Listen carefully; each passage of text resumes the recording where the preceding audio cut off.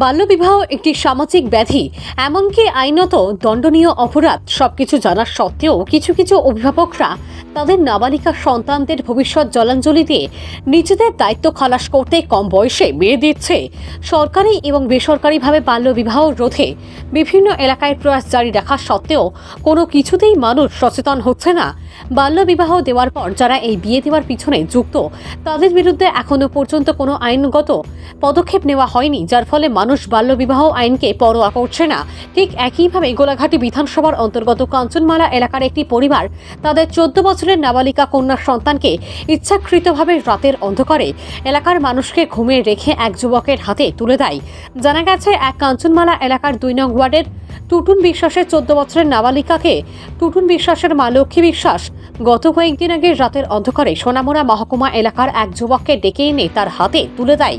পরদিন সকালে নাবালিকা মেয়েটির বাবা টুটুন বিশ্বাস তার নাবালিকা মেয়েকে ঘরে দেখতে না পেয়ে তার মা লক্ষ্মী বিশ্বাসকে মেয়ের কথা জিজ্ঞাসা করলে তার মা লক্ষ্মী বিশ্বাসের অসংলগ্ন কথাবার্তায় নাবালিকা মেয়েটি ঘটনায় তার মা লক্ষ্মী বিশ্বাস যুক্ত রয়েছে, কেননা প্রতিদিন রাতে লক্ষ্মী বিশ্বাসের সাথে নাবালিকা মেয়েটি ঘুমাতো, যার ফলে নাবালিকা মেয়েটি নিখোঁজের ঘটনায় লক্ষ্মী বিশ্বাস সম্পূর্ণভাবে দায়ী রয়েছে। সারাদিন টুটুন বিশ্বাস মেয়েকে খোঁজাখুঁজি করার পর কোনো সন্ধান না পেয়ে সে নিজেও বাড়ি থেকে উধাও হয়ে যায়। অন্যদিকে স্থানীয় এলাকাবাসীরা নাবালিকা খুন নিখোঁজের ঘটনায় লক্ষ্মী বিশ্বাসকে এই ঘটনা দায়ী করছে, যার ফলে লক্ষ্মী বিশ্বাস লোকলজ্জার ভয়ে বাড়ি থেকে পালিয়ে যায়। অন্যদিকে টুটুন বিশ্বাসের বাবা ভজন বিশ্বাসকে এলাকাবাসীরা এই ব্যাপারে জিজ্ঞাসা করলে তিনি এই ব্যাপারে কিছুই জানেন না বলে জানিয়ে দেন।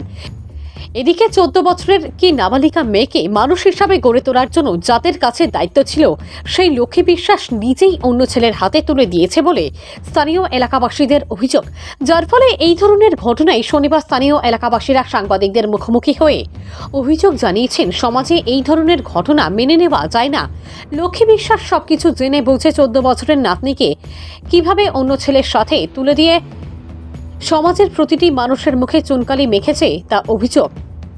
এলাকাবাসীরা আরও অভিযোগ করেছে, মেয়েটির বাবা টুটুন বিশ্বাসও এখনও হয়তো ওই ছেলেটিকে নিজের জামাই হিসাবে মেনে নিয়েছে। এলাকাবাসীদের অভিমত, যদি তা না হয় তাহলে ঘটনার পরদিন মেয়েটির বাবা টুটুন বিশ্বাস কেন থানায় নিখোঁজ ডায়েরি করায়নি। তবে এই ধরনের ঘটনায় গোটা এলাকার মানুষ টুটুন বিশ্বাসের পরিবারের দিকে একাধিক অভিযোগের আঙুল তুলছে। ভানুচন্দ্রের রিপোর্ট, আসাম প্রাইম নেটওয়ার্ক। আপনারা ফারাত যে একটা নাবালিকা মেয়ে যে পরশুদিন থেকে নিখোঁজ, তো আপনারা তো এলাকাবাসী, বিষয়টা আপনারা কতটুক জানেন? ওই তো মেয়েটা আইসিল জাজগা মাসখানেক ধরে থাকতেছে যেন ওই দিদার লোকে তাহে। তারপর এই কিছুদিন আগে এক ছেলের লোকে বলে দিদা সহকারে মেয়েটারে বাগাই দিচ্ছে। বয়স কত মেয়েটার? মেয়েটার বয়স 13-14 বছর। আচ্ছা, মেয়েটার মা কোন জায়গা থাকে? মেয়েটার মা থাকে আগরতলা, কোন জায়গা জানি থাকে। আচ্ছা, তো এখানে কি মেয়েটা কি মেয়ের ঠাম্মা বাবার লোকে থাকতো? হ্যাঁ হ্যাঁ। আচ্ছা, তো মানে কে মেয়েটারে মানে ছেলের লোকে যে বাগাই দিছে, কে মেয়ের ঠাম্মা? মায়ের ঠাম্মা। ঠাম্মার নাম কি? লক্ষ্মী বিশ্বাস। এই যে ঘটনাটা মানে আপনার এলাকাবাসী হিসাবে মানে কি কইবেন বিষয়টা? ওই তো এলাকার দুর্নাম হইতেছে, এলাকার বদনাম, কিন্তু এলাকাতে আমরা তো শান্তি চাই।